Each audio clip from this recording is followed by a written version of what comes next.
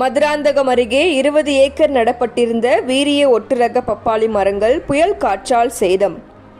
15 லட்சம் ரூபாய் இழப்பு. விவசாயிகள் வேதனை. செங்கல்பட்டு மாவட்டம் மதுராந்தகம் செய்யூர் தாலுகாவில் உள்ள விழுதமங்கலம் கிராமத்தில் சுமார் 20 ஏக்கரில் வீரிய ஒட்டுரக பப்பாளி மரங்கள் நடப்பட்டு சொட்டு நீர் பாசனம் மூலம் பயிர் செய்யப்பட்டன. தற்போது அவை யாவும் அறுவடைக்கு தயாராக இருந்த நிலையில் நேற்று முன்தினம் அடித்த பெங்கல் புயல் மற்றும் கொட்டி தீர்த்த கனமழை காரணமாக மரங்கள் அனைத்தும் சாய்ந்துள்ளன. ஏக்கருக்கு 1 லட்சம் ரூபாய் என வங்கி மற்றும் நகை கடன் மூலம் கடன் பெற்று சுமார் 20 லட்சம் ரூபாய் செலவு செய்து பயிரிடப்பட்ட பப்பாளி பயிர்கள் அனைத்தும் சேதமடைந்துள்ளது.